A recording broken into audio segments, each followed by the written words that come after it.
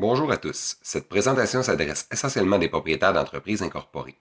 Le but est de vous démontrer le lien entre l'investissement et l'assurance. Pour les propriétaires qui souhaitent mettre en place une assurance vie, il y a urgence d'agir avant le 31 décembre 2016 car certaines règles fiscales changeront, et ce dès le 1er janvier 2017.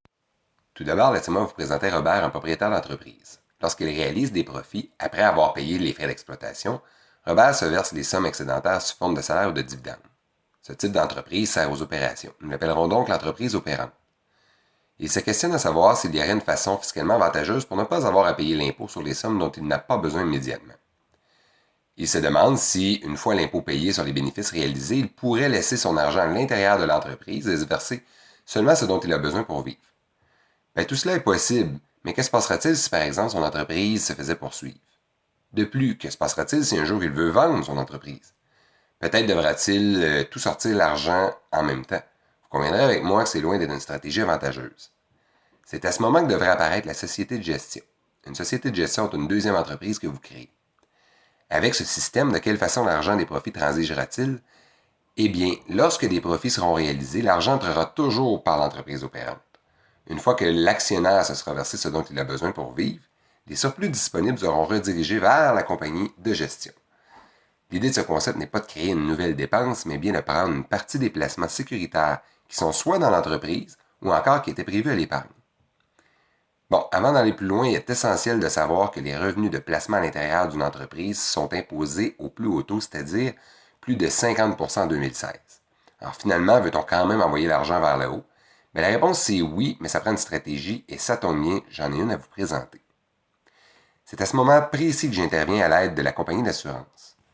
N'oublions pas que tous les biens d'un individu, comprenant son entreprise, seront considérés par le fisc être vendus au décès. À quoi pourrait ressembler la facture fiscale? Prenons l'exemple d'une entreprise qui valait 100 000 à l'ouverture. Au moment du décès de son propriétaire, celle-ci était rendue à plus de 1 million de dollars. Comme 50% du gain en capital est imposable, la facture sera plus de 225 000 dollars. Afin de permettre à sa succession de bénéficier d'un patrimoine libre de dettes, on comprend ici le besoin en assurance. Si prévoir la vente d'une entreprise est déjà difficile, imaginez prévoir un décès. Robert se demandait avec quel argent il devrait contracter son assurance. C'est sa compagnie de gestion qui devrait en être le propriétaire. De cette façon, c'est elle qui paiera les primes. OK, mais pourquoi pas mettre le contrat dans la compagnie opérante plutôt que dans la compagnie de gestion?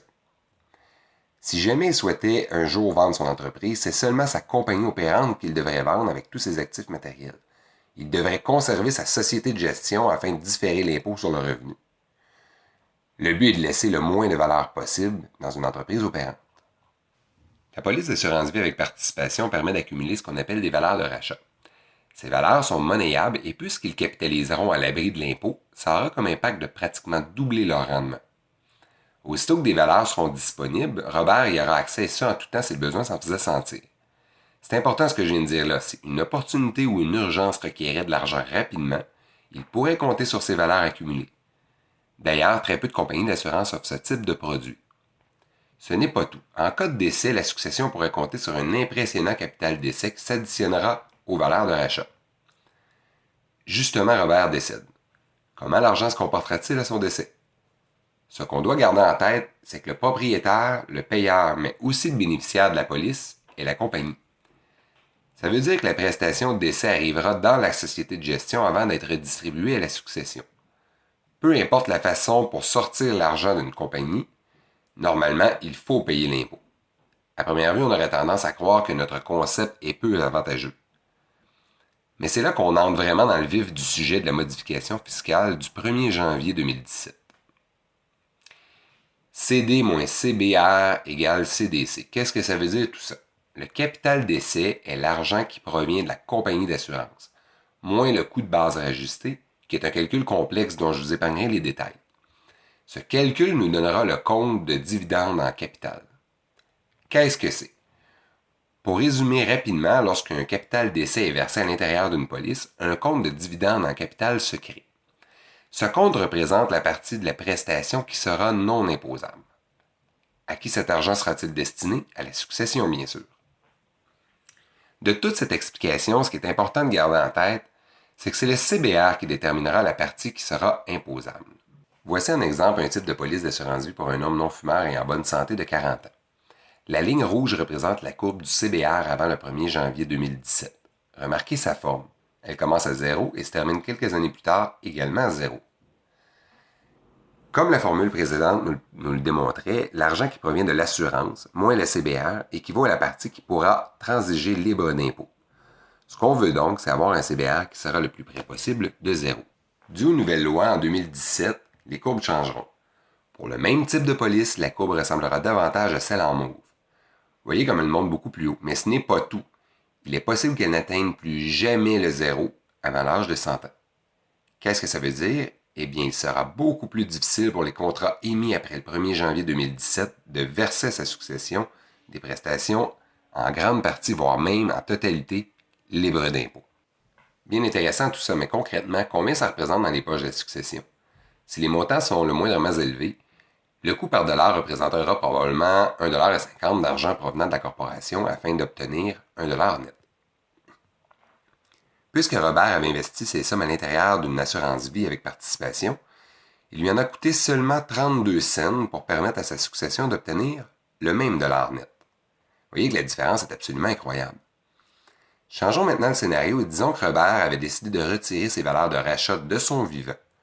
Il aurait réalisé un rendement très intéressant pour un placement aussi sécuritaire. En fait, ça aurait pris un rendement de 4 à 7% dans n'importe quel autre produit pour équivaloir aux valeurs amassées à l'intérieur de sa police puisque ceux-ci ont capitalisé à l'abri de l'impôt. Mais ce qui rend l'investissement encore plus intéressant, c'est que lorsque ces valeurs seront versées dans la police, une règle anti-recul unique à ce type de produit empêche de perdre tout ce qui est accumulé. Et comme si ce n'était pas suffisant, une bonne partie du rendement est garantie. Dans ce concept, même si les valeurs de rachat sont retirées, il y aura quand même une prestation d'essai très importante qui sera toujours disponible pour la succession et créera en plus un espace dans le CDC supérieur à la prestation. Cet espace permettra à la succession de sortir d'autres sommes ne provenant pas nécessairement de l'assurance, le tout encore libre d'impôt. Ce concept n'a pas coûté $1 de plus à notre actionnaire puisqu'il s'agissait déjà de montants privés à l'épargne. Nous avons simplement déplacé les sommes vers un produit d'assurance vie. Vous comprendrez que mettre en place un tel concept prend un certain temps. Plusieurs facteurs doivent être considérés, dont entre autres l'assurabilité du candidat. Afin de profiter de cette opportunité se terminant le 31 décembre 2016, je vous invite à prendre rapidement rendez-vous avec moi afin d'évaluer votre situation. Si vous avez des questions, n'hésitez pas à me contacter par courriel ou par téléphone. Je vous invite également à me suivre sur LinkedIn. Mon nom est Nicolas Gauthier, je suis conseiller en sécurité financière et représentant en investissement.